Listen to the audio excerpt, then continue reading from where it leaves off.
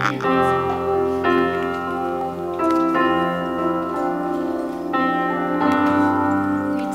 about what? Whatever you feel. A little or a lot, whatever you want.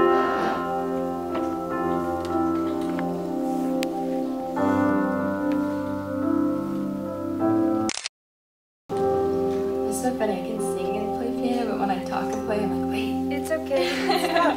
Talk in the spirit. It's okay. Yeah, I was just thinking today, well, Josh, I asked if I could share, and I said, I don't know what I would share. So for a few weeks, I was telling Shai this morning that it was probably, I'll just leave it like that, probably one of the more intense times that I've gotten really attacked spiritually in a very long time. And it just like, I mean, from every direction, just everything you can think getting thrown at you, just every lie. And I know I'm not the only one. I know a lot of people are getting hit with it too. But at first I thought I was the only one. This time I just remember thinking like, well, I'm not gonna try and get my way out of it. I'm not gonna try and figure my way out of it, because I tried that last time and didn't work. Because I remember like, oh, well, maybe I could do this and I can do that, and I'm gonna read this, and then I'm gonna say this, I'm gonna pray this, and I was still wondering why I wasn't free.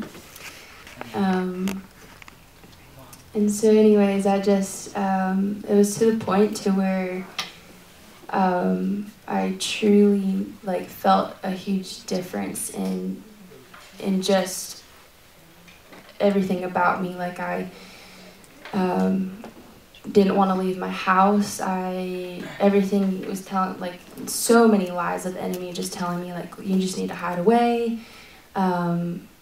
Like there's no point. You need to just stay home. And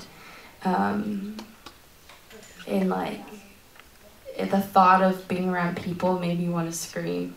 A few days ago, I was like, I can't leave the house. And I always remember too that the Lord's told me before, when those things come, go move in the opposite spirit. And so I tried doing that yesterday. I think it was, or 2 days ago. I don't even know the days. And it just felt like a prison. It just felt so, I just felt enclosed in this prison. And I told Nathaniel at one point, I just remember sitting on our couch and thinking, like, I know God's here. Like I can see him in the spirit. I know that he's here in our house, in this room, but I don't know how to look at him. Wow. Like I truly was like, God, I know you're here, but I don't know how to look at you. And I didn't try to figure it out, and I didn't try to like think of what he would tell me. Okay, maybe God would tell me this, and you know, and so I just kept, I literally just kept crying out for mercy for a while, and asking him to teach me how to live in him and out of his presence all the time. And and so last night I woke up at 1:40 in the morning and got hit with, I literally felt something hit me, and that's why I woke up. And it brought in panic and fear. And that night I had locked myself in the bathroom crying for 2 hours. And could feel anxiety trying to come back and panic. And praise the Lord, it didn't come because I was familiar with it. And so I could, you know, not receive it because I was familiar with what that felt like. And so early this morning, when I woke up out of bed, and I was like, oh my gosh, something just hit me. And I remember I was like feeling sick, and I was like, oh my gosh, I don't know what's going on. And the whole room just spun. And I could feel fear trying to creep in and panic. And And so I woke Nathaniel up and we prayed, and it kind of was a battle off and on. And this morning, I was still feeling kind of the aftermath of it, and still just kind of, I felt like what I was talking about tonight, how we wait for him to take off the heaviness, and he says, you take it off. And I felt like that's what happened today, is that I realized that I had been asking him to take it off, and he was telling me to take it off, to step out of it. And so I was texting with Shy, and I had already decided before she told me to go worship. She said, just worship, you know, and I was like thinking, I was just going to do that.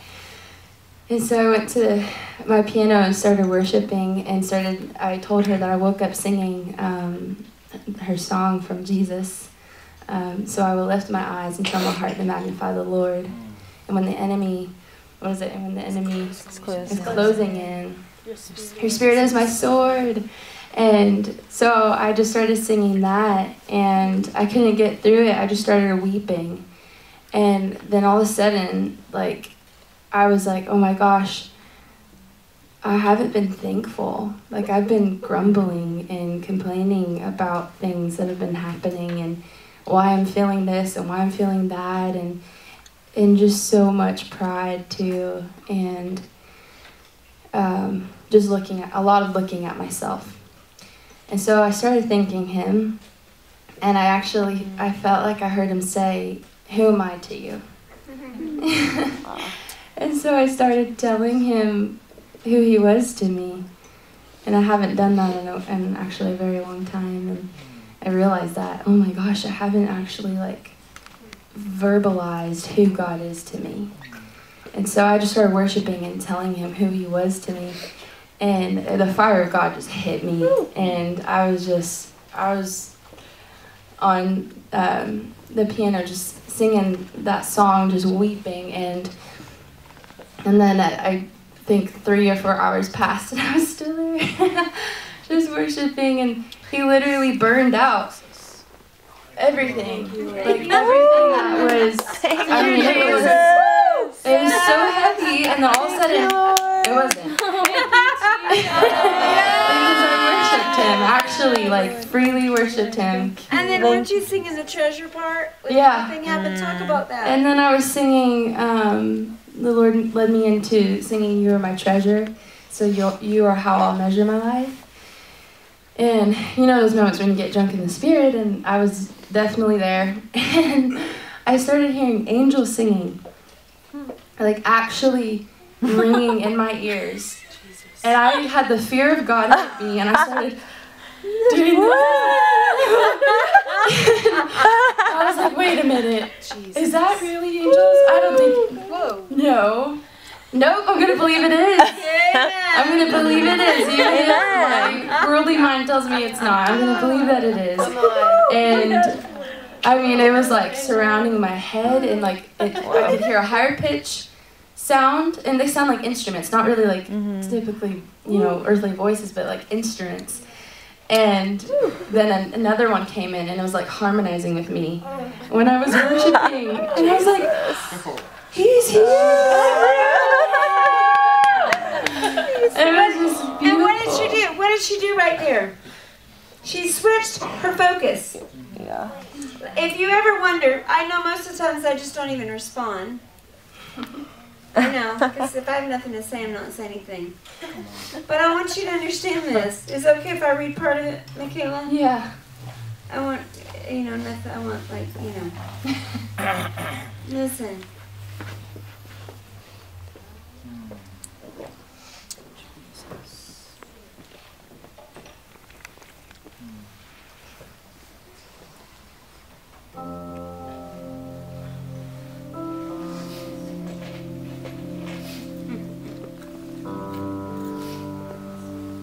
So she tells me about the witchcraft attack. She felt sick and all this stuff, you know. And I didn't respond. And then at almost 11:50 or whatever, it's like, well, it probably actually is witchcraft, but we're still coming out.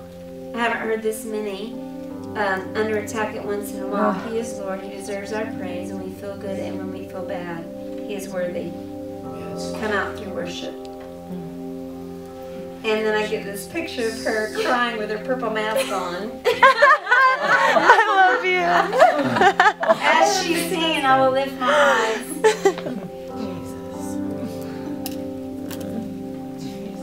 Big bad boogie monster after you. Worship.